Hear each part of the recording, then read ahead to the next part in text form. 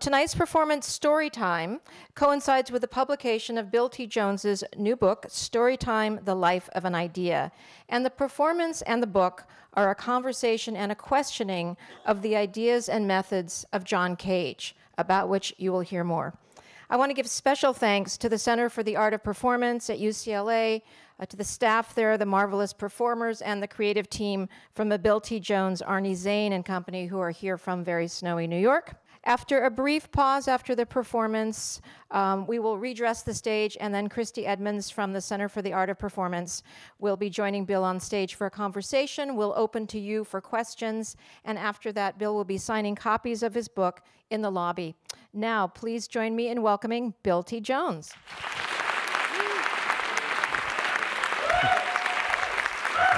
Thank you. Thank you. Thank you, thank you, thank you. Thank you very much for coming out tonight. It's it's really wonderful to be here. As you heard, there is a lot of snow in New York, but I think we all got out in time for our performances tomorrow. You want to play a little conceptual warm-up game with me? You don't have to do anything except do very little. I'm going to ask our production stage manager, Carly Manning, to give us a go, and when she does, when you feel that 1 minute has lapsed, raise your hand. Don't look at your watch. Hold it there, be brave, okay? 1 minute. Carly tells us to go, and you hold your hand, okay? Should we try it?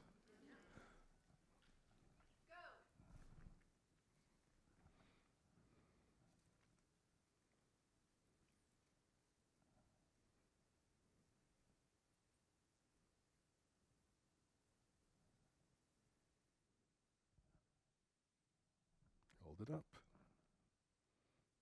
There's always a pioneer, right? 1 minute. Hold it up, hold it up.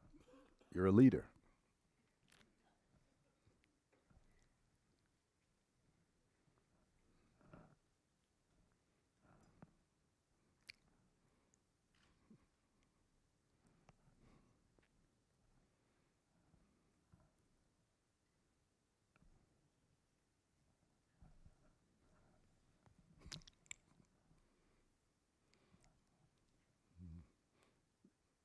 How do we all live in the same planet, huh?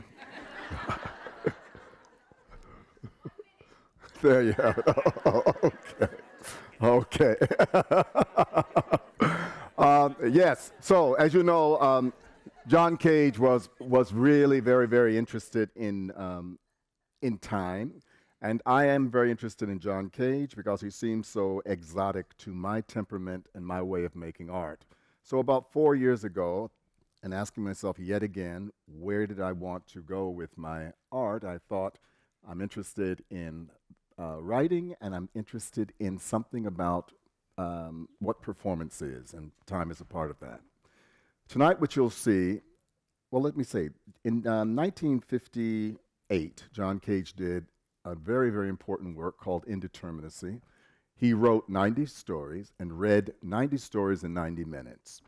He read the stories, if they were 20 words, he read them in 1 minute. If they were 220, he read them in 1 minute. It was a musical problem for him. I have taken this as a kind of an encouragement and a provocation. John Cage was a very different man temperamentally, obviously racially, and his time was different than mine. So I've written my own stories. To date, I've written about 181 of them, or collated 181. And now you will be hearing about 25 in a 30-minute version of a work that's usually 70 minutes. You'll be danced by Eric Montez and Tolly Jackson.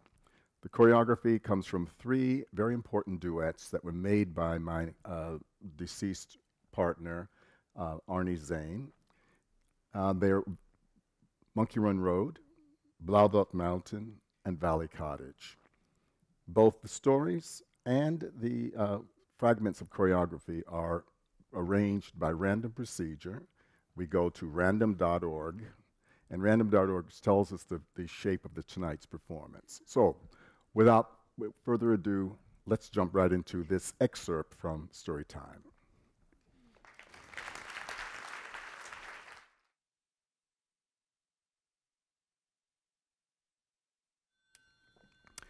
Monkey Run Road is an hour-long duet choreographed in 1978-79.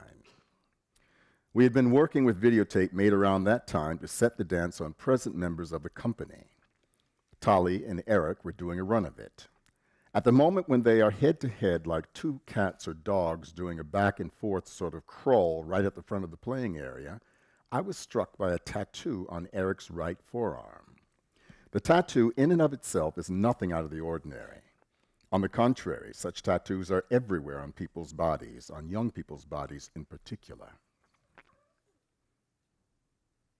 Restaging the work demands a constant referral back to the grainy image of the young Arnie Zane and me in performance 33 years ago. Eric's tattooed body performing the material shows nothing more than the obvious. Personal style changes, bodies do not.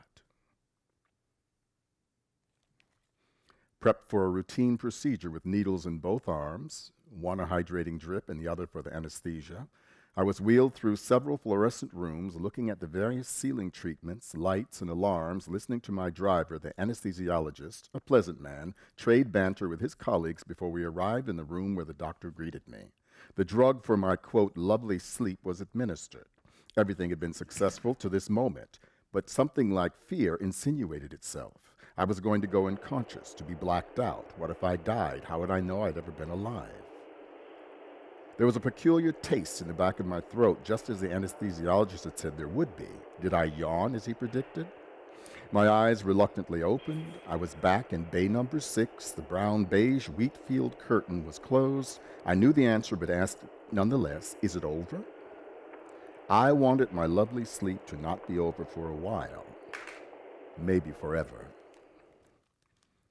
Arnie Zane was a great lover of Luz Nevelson's work. We were living in San Francisco in early 73 or 74 when she came to town with a much-publicized show at the San Francisco Museum of Art. Determined to photograph Nevelson, Arnie took the day off from his job as a clerk in the water department and somehow, by calling the airport's baggage claim, learned where Nevelson was staying. He then called the Stanhope Hotel on Nob Hill saying that he was from baggage claim at the airport and asked to be connected with Miss Nevelson's room. Her gallerist answered. Arnie introduced himself as a photographer and somehow got permission to meet with Miss Nevelson with the caveat that he bring a portfolio of his work. When Arnie arrived at the sumptuous suite, he showed his work to the gallerist, who then took the portfolio into Miss Nevelson's bedroom while Arnie waited the verdict. She came out in headscarf and full makeup, wearing a sexy silk slip and ballet slippers, all charm, ready to go to work. They headed to the hotel's room to take photos. It was the end of a festive lunch, full of stories, wine, and good food. I was talking with my friend Peter, and he was saying how moved he had been to see a short documentary about my work on television.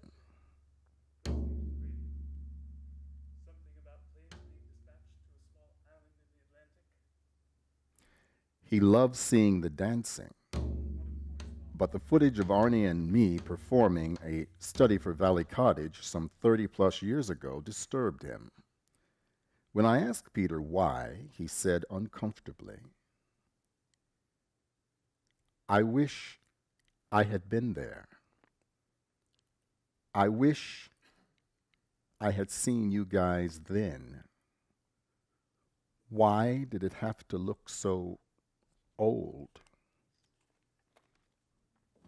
I had not spoken to Lily Mae since her husband Harris, my eldest brother, died a few years before. I was calling to locate family photos of the 60s, 50s, and 40s for various documentary projects. Lily Mae was very warm. She told me he had hidden the photographs as his Alzheimer's progressed, and though she had looked for them after his death, she had no idea where they could be. She spoke of her initial skepticism at the idea that there was anything wrong with his mind.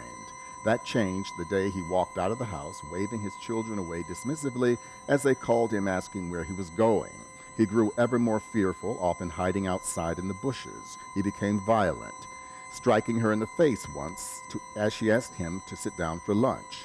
She was obliged to hide all knives and an old shotgun he would sit out front holding. When the end came, though he barely recognized her, he tried to hold her hand, only able to grasp 2 fingers. She quietly encouraged him to let go. She knew he had passed when he released her hand and was still.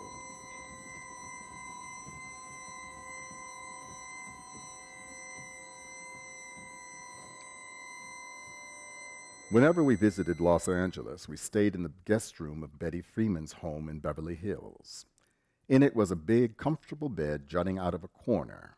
An arrow-shaped Dan Flavin sculpture hung over the bed. The light from the sculpture was impossible to bear at any time, especially when trying to sleep, as it was a garish shade of red. I never asked Betty about her decision to place such a comfortable bed under an uncomfortable light. After she died, I read in an auction catalog that Dan Flavin had dedicated that work to a friend who had been killed in an ambush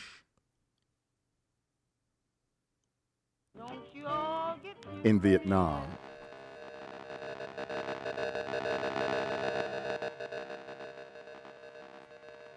It was sundown in the summer of 1972, and Arnie Zane and I were standing, hitchhiking in the New York State Thruway, trying to get a ride home to Brockport from Buffalo.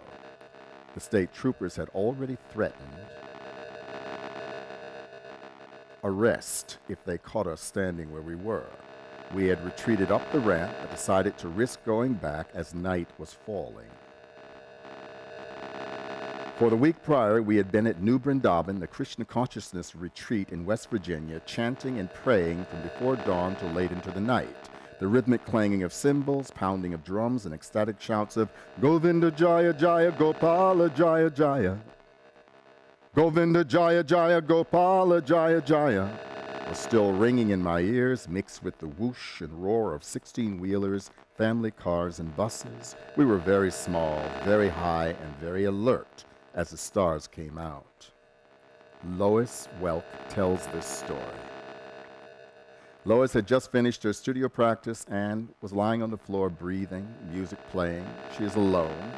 She hears the door open a crack and turns her head right, a face she hasn't seen before. He starts to say he can come back later. She says, "No, I'm finished. Come on in." She's thinking, great, we need male dancers in the Brockport Dance Department. Many years later, I send her a gallery of my book, Last Night on Earth. She gets to the part where we meet for the first time. Lois is surprised to read that in my mind, at that same moment, was my mother's advice.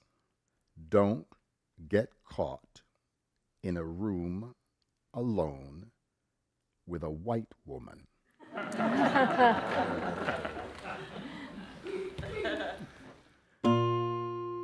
During a snowstorm, Cecil Taylor, Arnie Zane, and I stepped into the Blue Note, shaking off the snow in the uncanny stillness of 6th Avenue.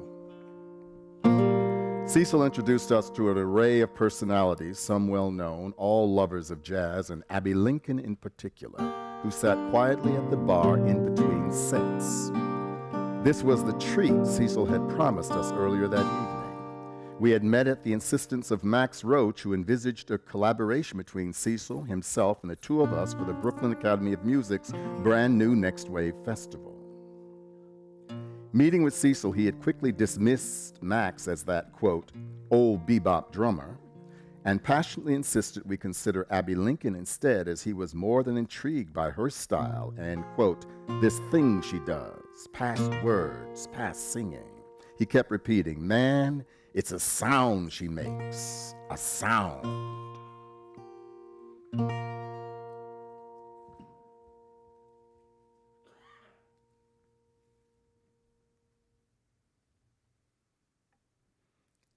The Taos Pueblo, at 1,000 years old, is considered the oldest inhabited site in North America.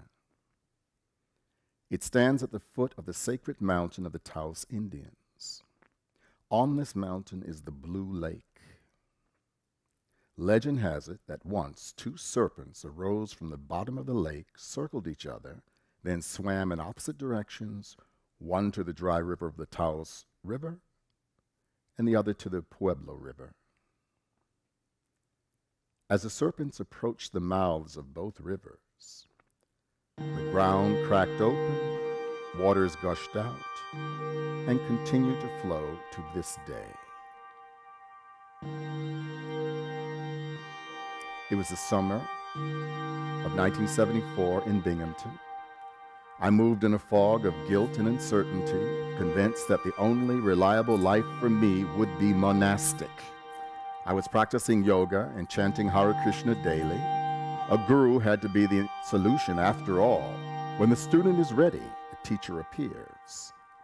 Alone, down on my knees, performing my job at the university library, a voice said, "I have been looking for you." I looked up into the face of a handsome East Indian man beaming down at me. I was thunderstruck. Actually, he had been looking for a space to conduct his meditation classes, and someone must have told him I was a member of a dance collective with a loft in downtown Binghamton. I became one of his students, a vegetarian, and proposed celibacy to Arnie. One Saturday morning at a street fair, I bumped into Mirza, my teacher, eating a hot dog and strolling with his wife. I was shaken, though nothing was said then or later. He did teach me a number of mind-focusing exercises. We saw less and less of one another, and then he moved away. It was March. A light snow was falling. Uzuyuki, the Japanese call it. And though I was grateful for the heartbreaking beauty of snow on weighted bamboo, the lattice work of budding trees and the frosted granite boulders, I fell into comparing this March evening with that evening 24 years ago when it was warmer. Forsythias were in bloom everywhere, as the neighborhood seemed to be holding its breath and Arnie Zane was dying upstairs in the bedroom. That would always be March.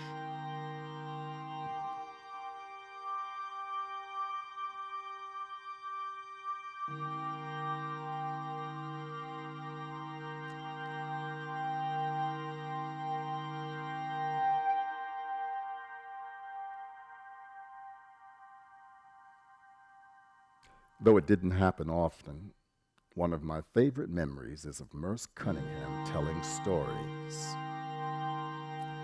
We were sitting in his kitchen one evening before going to dinner. Merce told of having watched a cat, was it his cat, fall 6 stories, land on its feet, crouch still for a moment to absorb the shock, and then Merce, with his hands and arms, demonstrated the cat carefully shaking out its legs, taking a couple of tentative steps, and walking away.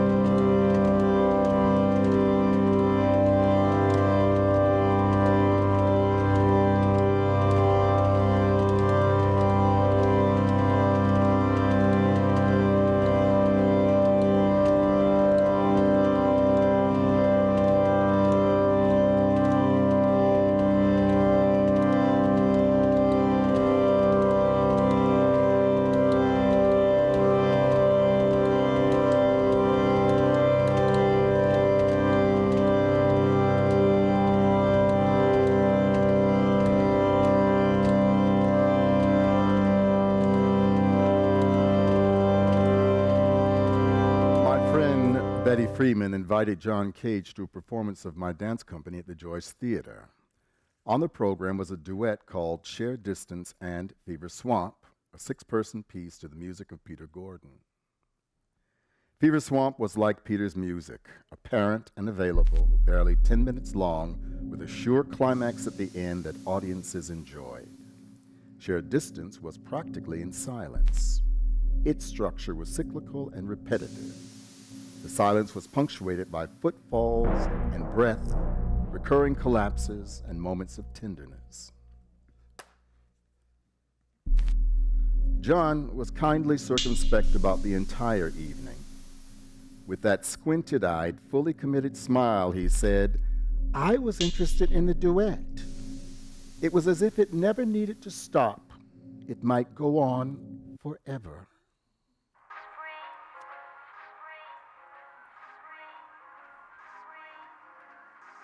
The phone woke Lois Welk up. It was Arnie. She's in Corning, he's in Valley Cottage. Lois, I think I'm going to die tonight. Is Bill there? Yes, but I don't want to wake him up. Arnie, you need to call 911 and get an ambulance to take you to the hospital. I'm sorry. Do you want to go to the hospital? Yes.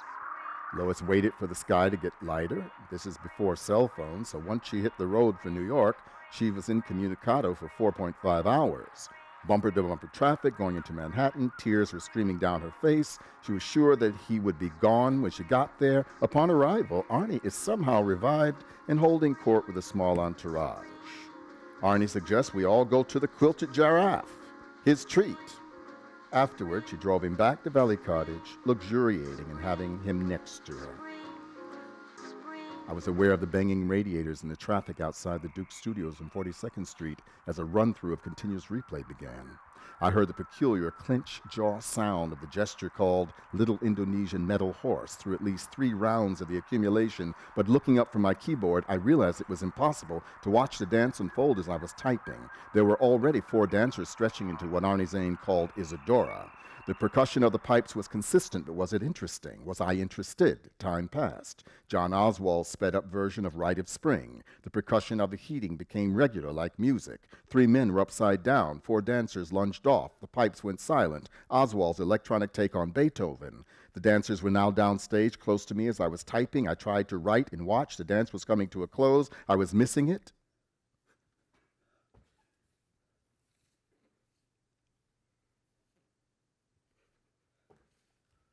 They finished. In 1980, we created Blauvelt Mountain, a work in 2 halves. The first was titled A Fiction, and the second, An Interview. In A Fiction, we were dressed in dark colors, performing an accumulated sequence of rolls, lifts, stop action, punctuated by hand claps and sotto voce speaking.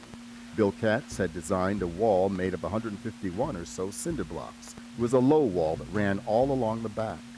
In An Interview, we were in white doing 2 separate activities, never touching, sometimes singing, to a repeating, ever more fragmented recorded dialogue. We had placed locks under the chairs in the audience, set to go off after 25 minutes.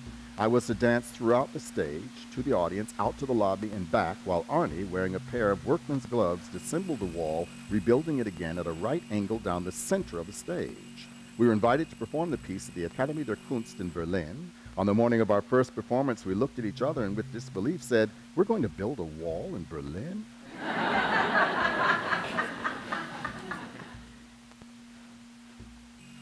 Max Roach told of the day when Abbey Lincoln and he were excitedly putting the finishing touches on a Thelonious Monk tune, to which Abbey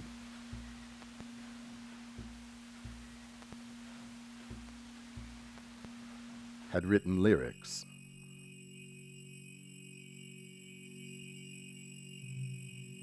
They were excited because Monk himself was to come by. He came. Listened intently to their performance, whispered something into Abby's ear, and then left. Max asked Abby what Monk had said.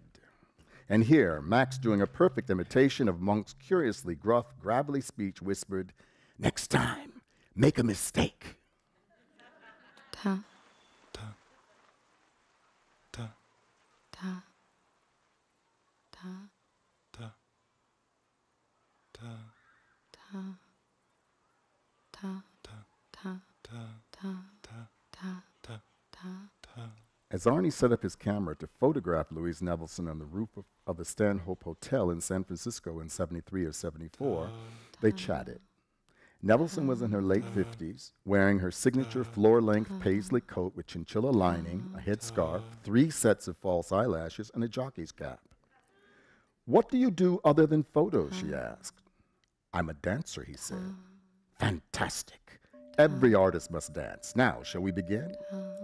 She hawked up a wad of phlegm, spat it out, and then, like a fashion model, pulled the fur around her and stared directly into the camera's lens.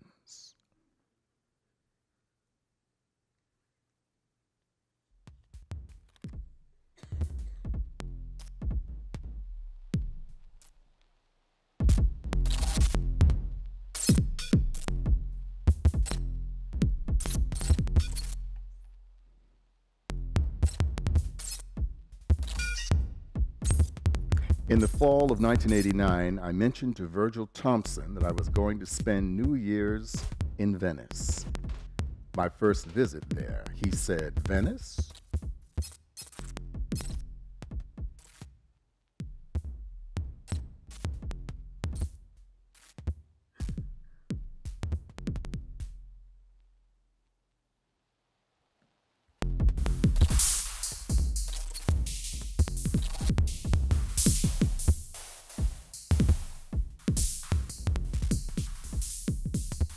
It's wonderful, but you must never go alone. It's too tragic.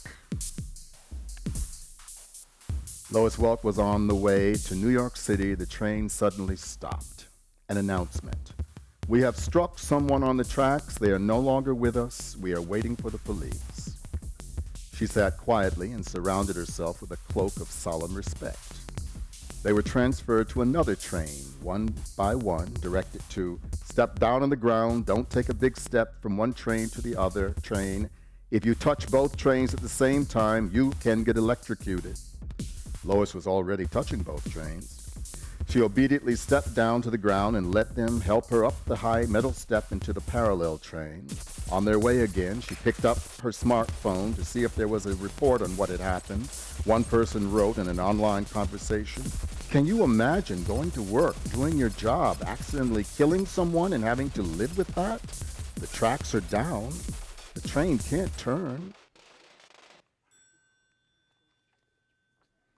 It was a Saturday morning in 1972. I had left Arnie relaxing in a patch of sunlight on the front stoop of our tenement, dressed in pink pedal pushers and a polka-dotted peasant blouse.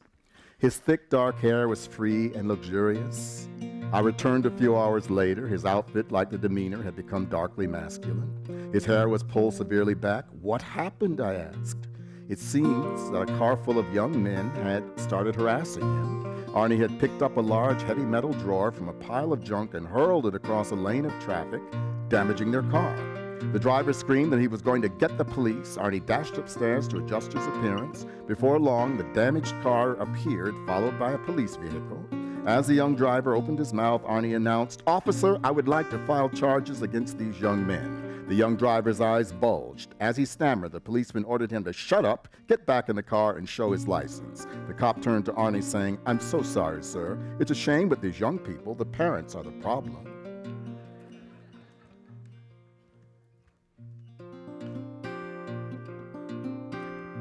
I stood with Arnie in the summer night, the sound of cymbals, drums, and chanting in my head, risking arrest as we were not allowed to hitchhike on the New York Thruway.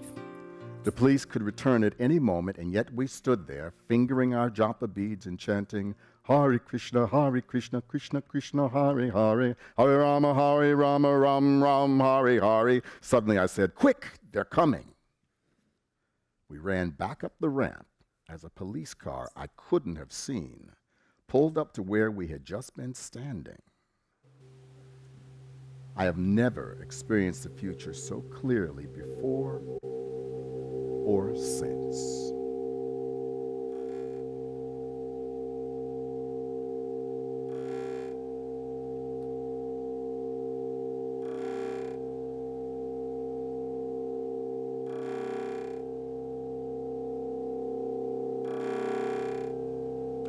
In 1973, on a beautiful early summer afternoon in Brockport, New York, Arnie and I were walking down Park Street, not too far from the house we were renting.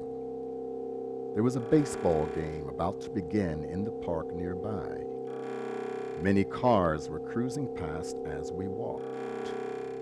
One car slowed, and the driver, looking at Arnie, shouted, "Faggot!"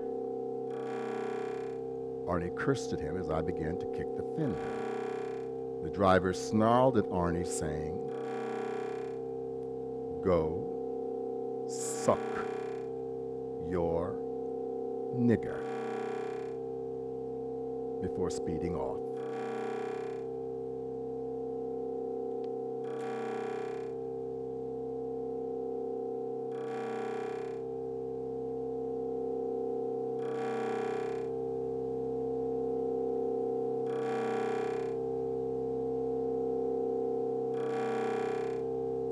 As we waited for John Cage to join us before dinner, Merce Cunningham told Betty, Arnie, and me of the time Danilova and Anton Dolan performed a new pas de deux that they had barely rehearsed.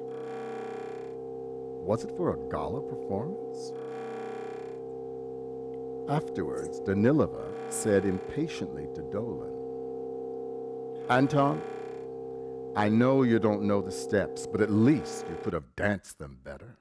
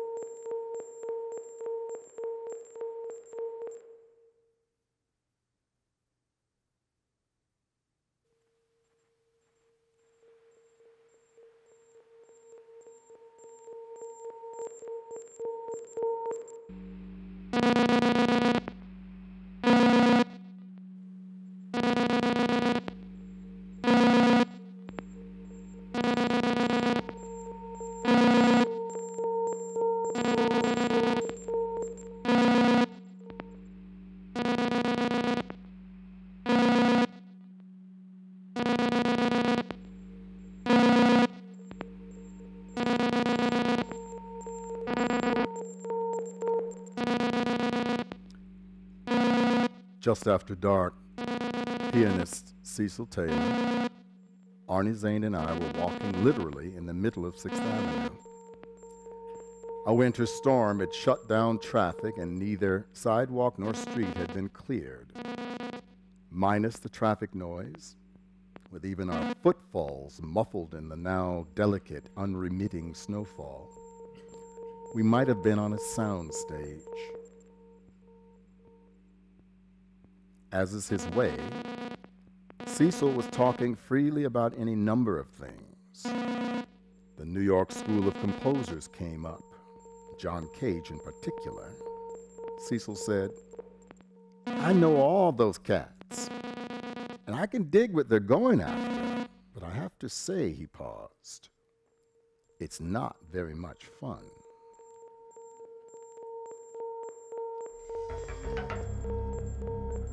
Growing up in the country gave one many opportunities to be alone.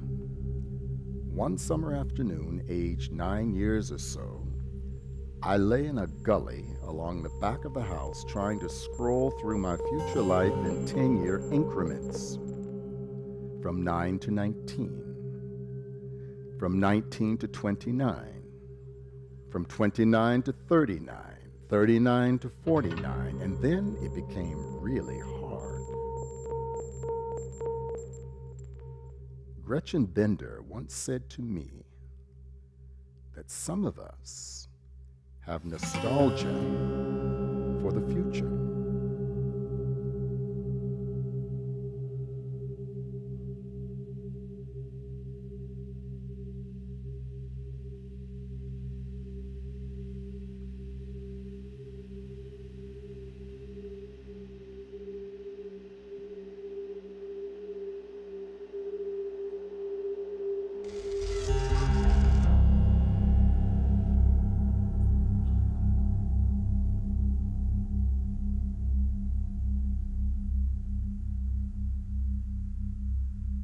It was the summer of 1981 or so, and I was performing a solo on a makeshift stage as part of a day-long arts festival in Milwaukee.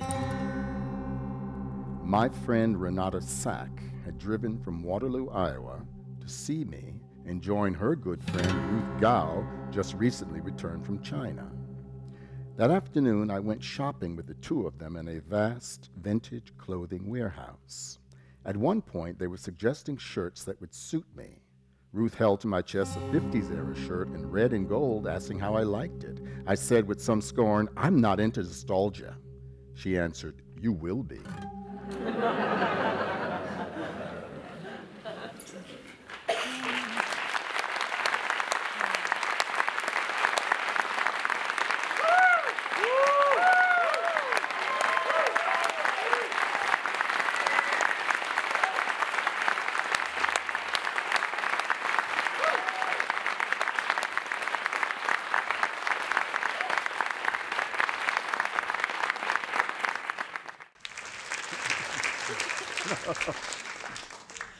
Well, chance procedure. Yeah, chance Yeah. procedure.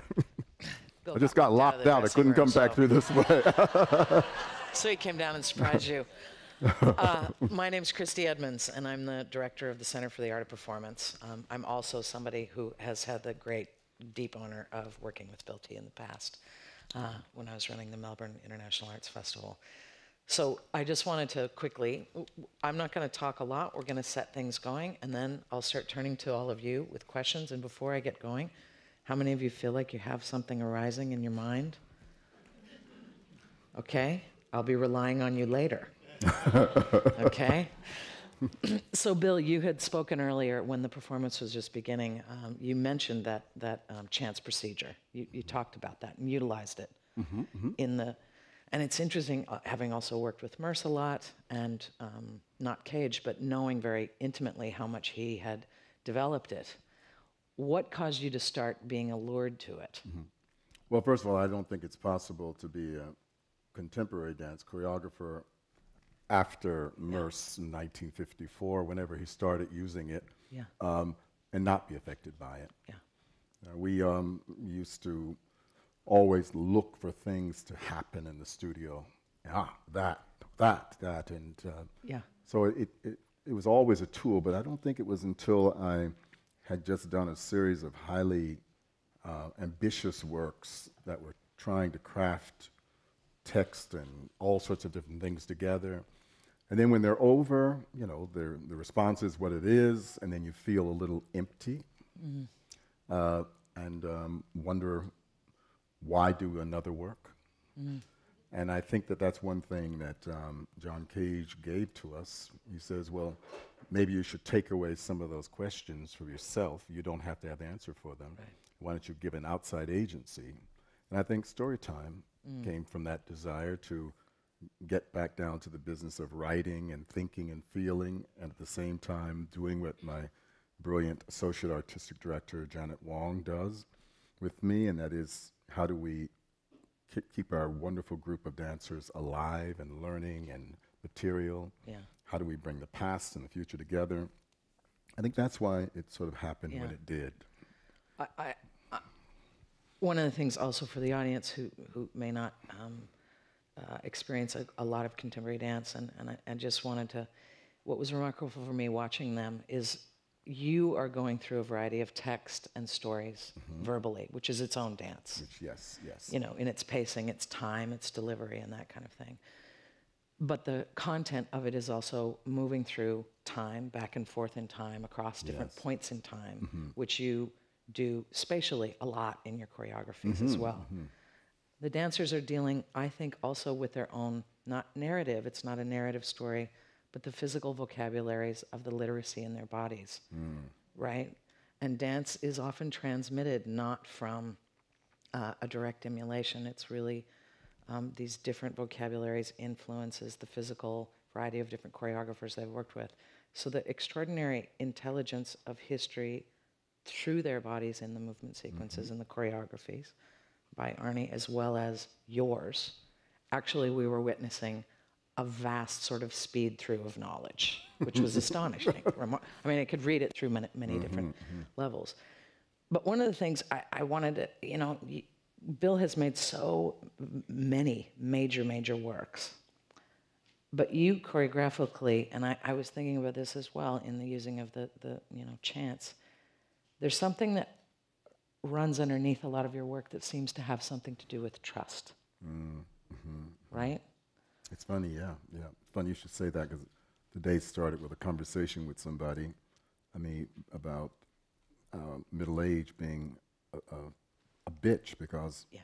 the world seems to be shifting and you don't trust everything that took you from A to B is not guaranteed to take you from B to C. Right.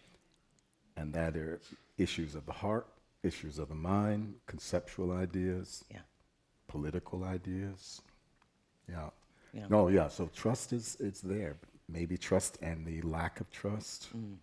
Well, trusting that some impetus or stimulus will cause, after the emptying out of a work, a replenishment is Yes. a major amount of trust that artists undertake. And then there's the trusting of yourself to engage in this little item here. Yes. I was so thrilled when I saw the book, when I knew you were doing the book, but when I saw the book itself. Rarely do we have, if it's true that history tends to see what was put in print, then the artists who work in our most ephemeral form, dance, have a very difficult time with what history will see, right? Really, often performers and audiences, even like tonight, you become the permanent collection and the archive of this particular experience in this way, and how you possess it is, a form of a different kind of archiving and your own kind of trust. Rarely do we have an opportunity for our major artists in live performance practice, and dance in particular, to write. So thankfully there's video and a variety of other things. But nonetheless, history doesn't see an archive often of a bunch of videotapes that go into something. Yeah. But they do see something about this. So what's interesting to me about it was, not interesting, something that was generous about it, is that you said yes. You said yes to the idea of finding a way, not identifying as an author, to accept the potential, the opportunity, the potential, to embed a performative intelligence into an object. Yes. Right? With the help of a collaborative team. Exactly. But how many of you have seen the book or read it, or just so I can get a sense? Okay, you're going to be doing all that later, except for Ken, of course, Ken. So tell me about your process with this book. Well, I was invited by the African American Center at Princeton and the Toni Morrison Lecture Series to do a series of lectures, one a week for 3 weeks. And part of the agreement was the lectures would be done and then they would be made into a document. So it wasn't that I was dying to do a book, although I'm really grateful for it. And when I could do it about anything I wanted to do, and I know that I had been working on story time, and I had all this growing list of stories at that time. So one thing that was very attractive was, how do I get it published? Oh, here's an opportunity to just publish the stories. But there were those lectures. So the first one, which is called Pastime. The second one was a performance, not unlike what you saw here tonight, but there was no dancing, and it was my companion and the creative director of my company, Bjorn Ameland, was drawing on a board. This was in Princeton in one of their classroom lecture halls, very full of atmosphere. The third section is called With Time. So I tried to make 3 different experiences, one of which, true to who I am, was going to actually be a performance. That is, in fact, a lecture. And the last 2, the first and the last, would be talking about how I was introduced to Cage, what Cage meant to a person of my description in the early 70s when I was first introduced, and all the ramifications of a certain type of art making and attitudes about art. Story time, as we mentioned. And then there was the last one, With Time, and I was asking, how has the idea weathered? His idea of indeterminacy, I think, it's just a part of us now. And so it's in good shape. How has it weathered in me? Right. So that's how the book came about, and that's what I was fortunate enough to be able to put down in writing. And I say it was a team because Fred Appel, who is the editor at the Princeton University Press, he and I developed a very lively discussion back and forth. And there was a wonderful Maria Lindenfelder, I believe that's her name. I hope I get it right. She's the designer of it. And one thing I have to realize is that I'm comfortable speaking. It's part of my DNA, it's part of my tradition. But I was very wary of something that Skip Gates, Henry Louis Gates, head of the African American Studies Department at Harvard, said, "Black oration is dead on the page." Black oration is dead on the page. What the hell? Yeah. But you know, it's probably right. You got to be there. You have to, and can you look at that speech, pick it up, and feel it?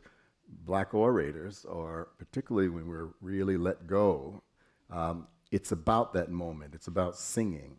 So what Fred did was there was a speech, but he would make me, well, what are you actually getting at here? And when you're doing a speech, you can just like say something and let it hang, and the audience does the rest of it. So he and I had a little fight about that. I was saying, you're making me flesh out something that should be left indeterminate. But he said, you're writing a book, and people have not, unlike you, have not had any sense of what the performance is like. And maybe people don't know who John Cage is. Maybe they don't know about you. Maybe they don't know about your tradition.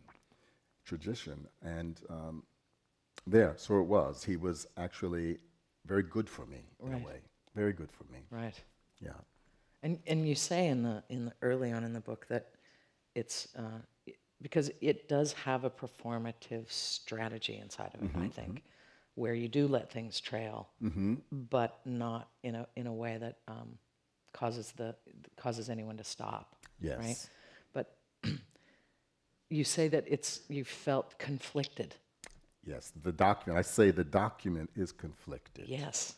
It is an artifact, and yet it is an artifact of performance attempting to be a book. And that's okay with me, actually.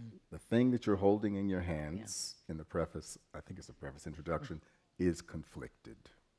And that's a pretty honest way of looking at how I feel being in the world, actually. Yeah. I want to make sure we're going to have time for some questions. Are they starting to percolate up? Okay, let me move you a little bit differently. I want someone to talk a little bit about the experience they had in watching this dance and choreography.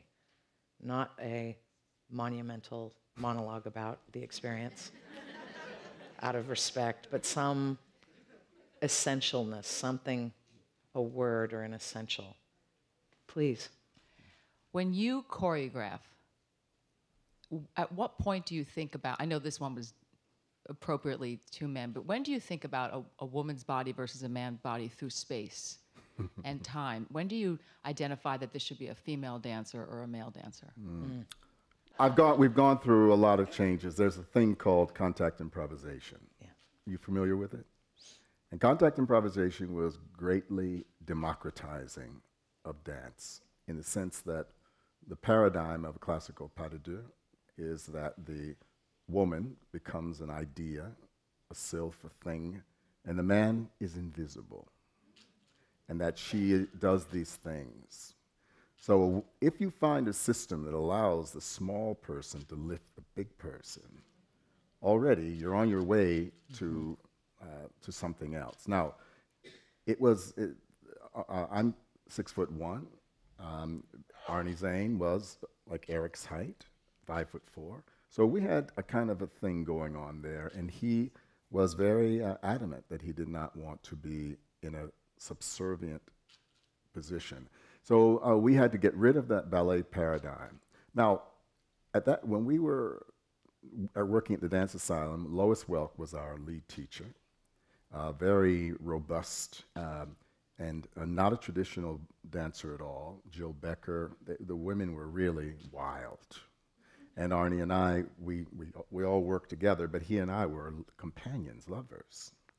So there was always a special place. Now, when we had our own company, the question was, I really wanted them to be as fierce as possible, because Arnie said that he took lead, he said he didn't really want to he really disliked ballet pas de deux, partnering. His take, and I think it might have been unfairly, was a lot of homosexual men lifting heterosexual women around the stage. And he said, you know, I don't know, you can't read. I read around that time in the late 70s, Jacques d'Amboise saying that people wouldn't believe it, but in the ballet world, there were 60% of the men on stage are heterosexual. And therefore, this wasn't fair. But that's what our take on it, at least Arnie's was. So our company was going to be an image of the world that we want to live in and not the world that we live in. Now, your question is very peculiar because you want to take it to talk about issues of woman's body. My dancers in my company right now, they're not subjected to the same doctrinaire attitude I had when Arnie died. The women were expected to, everyone did push-ups. Yeah. Everybody was supposed to be interested in this weight sharing and lifting. Lo and behold, by the time we roll into the late 80s, 90s, there were women who were not interested, actually. Vive la différence. You know, I'm not really interested in picking up your big ass. You know? Or your socks, or your socks, right. You know what I mean? So I'm trying to understand where we're at right now. And as you know, right now, first of all these were made between 1979 and 1982. It was a different world. Yeah. But as you know, that there is now the polarity. This is what I'm learning, and I guess you're learning it too. We're in a brave new world now in terms of gender identification. I have to be reminded regularly, it's not men and women and gay and straight. There is a whole panoply going on between the two. So now that being said, how do you rephrase your question? In other words, I don't have a transgender person in my company. I'm looking out for them. How do I find them? And how do you, in an audition, wanted male dancers, female dancers, how do I say wanted dancer? You know, I don't know. So how do you rephrase your question? I just think it's interesting that I think bodies move differently, and you have in your mind how you'd like to see the dancer move. Mm-hmm. And then in that thought of how I'd like to see the dancer move, do they become a gender to you in your mind? Well, you know, Terry Gross on NPR, great interviewer, she asked me that question once. Well, so tell me, are there masculine movements and female movements? Now, have you seen Terry? Pardon? Oh, I have not actually. But traditionally it was understood that and we go to the ballet, right? That the petit allegro, those things that take delicacy and filigree, or the épaulement, all those things were in the realm of the female.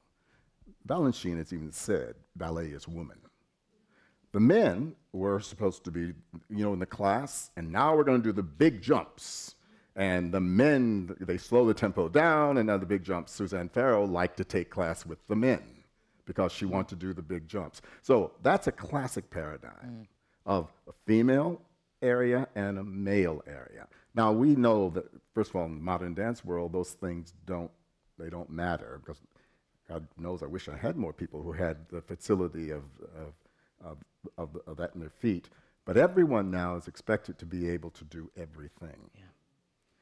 But not everything. I mean, some partnering, why strain with certain things? And Bill, if you want to talk about harmony and a loving relationship, does it have to be still the way you and Arnie used to do it, with the struggling and the lifting, you know? Mm-hmm. What do you know about the way people really have sex? What do you know about the way people really love? What is intimacy? What does intimacy look like on the stage? And that's been a journey, and women have helped me understand that. And I have to get out of the way, you know? I have to get out of the way, and because I don't know everything about the human experience, and yet on stage, you'd like to be potentially expressing it all. So I'm still learning. One of the things as well is, when we think of John Cage and what he contributed, which was vast and a lot, Really, obviously. yes. I'm going to show you actually his rehearsal studio when you're here tomorrow. But before he moved to New York, one of the things about him too is that he did something that was, I think, in hindsight and current, and definitely current when he was working, was cracking open a certain kind of, untrodden upon field of snow. He moved in directions that opened pathways and gave permission to leap towards them, interrogate them artistically, compositionally, musically. Bill's companies have also done that very thing. You have done that very thing. One of the things, if you don't know the history of his company, he and Arnie, the body types inside of the dancing bodies was infinitely radical, in which dancers of extraordinary scale and size, weight differentials, there's no utopian body in multiple stages of your dance company. And I think it's very important. A lot of women, tiny little women, teeny tiny, tall, all kinds. So we're very mixed. So I loved when you had said that earlier. It was Well, like thank you for that. But you know what? We never had. We really never developed a lasting relationship with a person with disability. Right. Whatever the correct way of a person. We never, because of the business of the dance, the way we understood it, we never had found the right person who could be one of those persons. Yes, we had Larry Goldhuber at 300 pounds. Sure. Right. And Heidi Latsky. Yeah, Heidi Latsky and so on. But we But- never made that, like I'm saying right now, Sure. transgender people. Yeah, right. You know? Sure. I'm open to it. Yeah. It's about the personality as well, Right. and does the work suit them. And the push-ups. We don't have to do the push-ups anymore. We don't have to do the push-ups anymore, you know? Who's thinking, please, up in the back here. I found myself struck at the beginning by a tension between wanting to listen to your words and wanting to watch the dancers, and the beauty of each of them was pulling me in opposite directions. And I'm just curious if you could talk about your intention there, and then also talk about your process of writing and how that's different or similar from your process of choreographing, even though I know this is Arnie's choreography, but just in general. Well, you know, I was really trying to use John Cage as a mentor. And, you know, there's a very famous Cunningham piece where he reads his indeterminacy piece, stories, and Merck's company dances. And, you know, when I think back, and I've seen that piece twice, I can't remember his stories.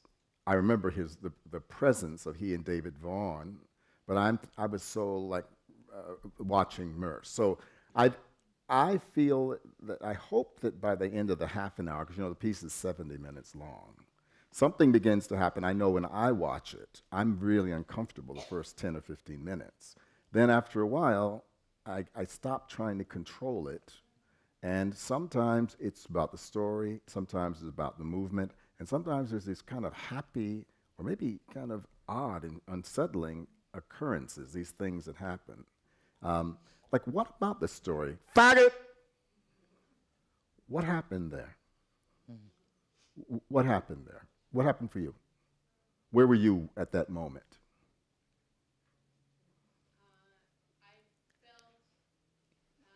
What were you watching? What were you listening to? I was listening, and then I looked for their response in movement at that exact moment. But I think you're absolutely right. That was my experience of it. Eventually, I just let go and didn't worry about that my mind or spirit wasn't large enough for the work, and just or that you're missing something, right? Yeah. And you know, see, I think John Cage is so fantastic because it's a terrifying amount of freedom that he gives to you, the creator, and you, the audience. And you know, this is something I talk about in the book, which I didn't know before I started researching it, that Cage had this notion of 3 tiers of composition, because you realize he was a composer, not a choreographer.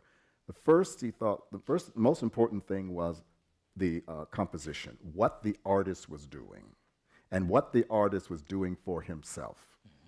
The only reason to make something was the artist is finding out something for himself. The second was what he called the execution. And as you know, he had famous fights with when he tried to go into symphony orchestras and so on like that, with the way people, they didn't take him seriously, what the freedom he gave and so on. So he had his own feelings about that, but he wanted the work to get out there. And the third, he thought, was the experience of the audience. So I think he had a very, very tough, and I dare say perverse take on the theatrical experience. He's not there to take you on a journey. You don't start with the theme and then he takes you back home or what have you. Yeah. Wasn't interested in that. And that little bit of the story, the one where Betty brought into my performance, I was interested in the duet. It was as if it never needed to stop. It could go on forever.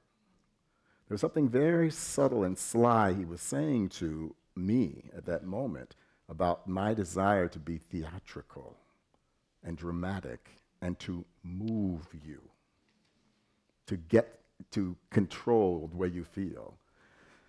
Well, at least that's what he said. But I know that he was an artist, and most artists I know, performing artists, want to be embraced. God knows John Cage and Merce know what it's like to empty an auditorium. No, For decades. for decades. For decades. That's what we were taught. Those were the big boys. Yeah. You want to play with the big boys? Then you got to get rid of this idea of them people loving you. They will come to you. And, they're right in a way. John Cage is still out there. I mean, most people, he doesn't get programmed. But Merce is now a god. Merce is a god. Yeah. So, but am I playing that game? Am I going to make you come to me? No, I am a very ambitious motherfucker. And I want to win. Not always proud of it, but I want to win. And what is winning? Well, we can talk about that. Yeah. How you get the rent paid. How do the dancers have health insurance? How does Christy book me again? Yeah. And that's a whole science, isn't it? So, shall we move on? Yes, right. But, one of the things, too, is that, and it's an important distinction in entertainment and performance, and a lot of time dance falls in this place where people move towards it feeling as though the virtuosity of what will take place will be entertaining. And you, in a way, when it's an art choreography and an art dance, as an audience member, have to find those points. Because I'm asked this all the time. The artists who work in entertainment modes often are seeking, or entertainment unto itself, are seeking that we all have and arrive at the exact same place at the same time, emotionally, right? The outcome is known, and it is then dressed with creativity and opportunity towards repetition, to hit that note, to hit that leg movement, to hit that thing every single time. It's a product. It's a known outcome. All things are delivering towards it. And if an artist knows the outcome that they are going to get, they stop making right there. That the pursuit of the unknown outcome is the endeavor. And in doing so, you author and gift our ability to find the value proposition inside of that work. That's such a generous thing to say to artists. Do you feel like most artists actually aspire? That it's about discovery? I notice that they'll have I know for me it is. Yeah. Artists, real, true artists will. In fact, when often an artist is making something, and this is one of the deep, to me, betrayals of grant applications, is that it asks you to identify the end point before you've begun. And it's already vulnerable enough to have a doodle on a napkin, right? So if you have to prove as an artist the idea, its end game, its outcome, in order to seek the resource capacities that might allow you to explore and experiment towards your hunch, your intuitive obsession, something. Most artists, if they have to already know the outcome, don't want to invest the labor of the creative self towards it. So a grant application often is the death of an art form, even though it's seeking to empower it because of this problem of sequencing. No, this is we could be. Yeah, I can stuck. just tell him, like, I'm going to get the ding dong But here. and he's like, the only thing I have to say this is that I think what you've said has been the thing that drove, that many of us came into this field for, and I should say that art is a spiritual activity, and art is not a vocation, it is an avocation, it's a calling. All that sounds good, except now we live in a time, and I am trying to get this, I say it all the time, but my companion, Bjorn, is trying, I want to do a TED Talk. I want to challenge something I'm saying all the time. Arts are as important as highways and hospitals. Okay, well, hold on. Oprah, the spirit of Oprah is in the room. I know.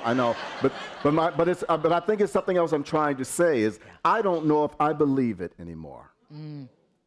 I don't know, because you're talking. There is if there's a hospital, I want the best doctors there, and I want it when I want it. If the bridge is there, I want that bridge to be there. Now, what do I owe the grant writers? What do I owe the discourse? Should I know how to encourage people to come in and then, quote, instruct them, enrich them? There are the poor people. When they come in there, they want to be entertained. That's what they want. They need to see Swan Lake. They need to see that leg go up. I know they do. It's frustration for us that we've been trying for so many years, but okay, you know better than they about what they need? So maybe if you want those dollars, and we need those dollars, you got to put out. You say arts are as important as highways and hospitals? God knows you do. Well, show me. Show me then that there's important. I don't know what it means. I'm not sure. Well, then wait, next. Somebody who knows what it means, get up here and let's talk, right? Yeah. You know what I'm saying? Sure. That's the time we live in right now, and I'm sure you see it very up close. Fundraising. Yeah, no, it's the foundations, the corporations. Sure. What do they want? What do I do? I can't rob them. How do I get them to fund me? I'm going to guarantee that this work is going to change things. And somebody says, I've had people say, I don't want it to land in a culture. I want it to land in my community. I want to be making work for people who think like I do. Now, so that's a very personal choice. I would like it to have the biggest possible audience, but I want to do it as much as possible on my terms. What I worry about, now here's I worry about the very young. And that's another discussion. You parents, It's another. That's another discussion. Yeah. But there is one thing for sure, that when each of us, in one way or another, receive a work of art, whether it be ephemeral or an object, there is something that person has done. You can only have an aesthetic. We can have intellectual experiences like crazy. We can have emotional experiences like crazy. We can throw ourselves into deep dysfunction at any moment and spin all kinds of emotional experiences and then think about it together later. But an aesthetic experience tends to hit us in a different way. And it's the kind of experience that only hits us in that way because of the endeavor of an artist. And in that endeavor, there is for sure something that artists are seeking to do with that proposition or possibility that it will go in, and that is to help us stay awake to the world. So here is one such man and one such artist who will be outside signing books. Thank you, Bill T. Jones. Thank you, library. Thank you.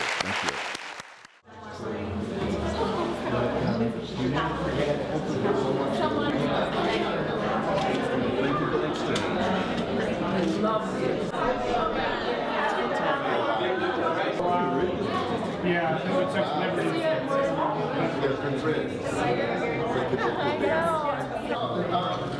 Get married.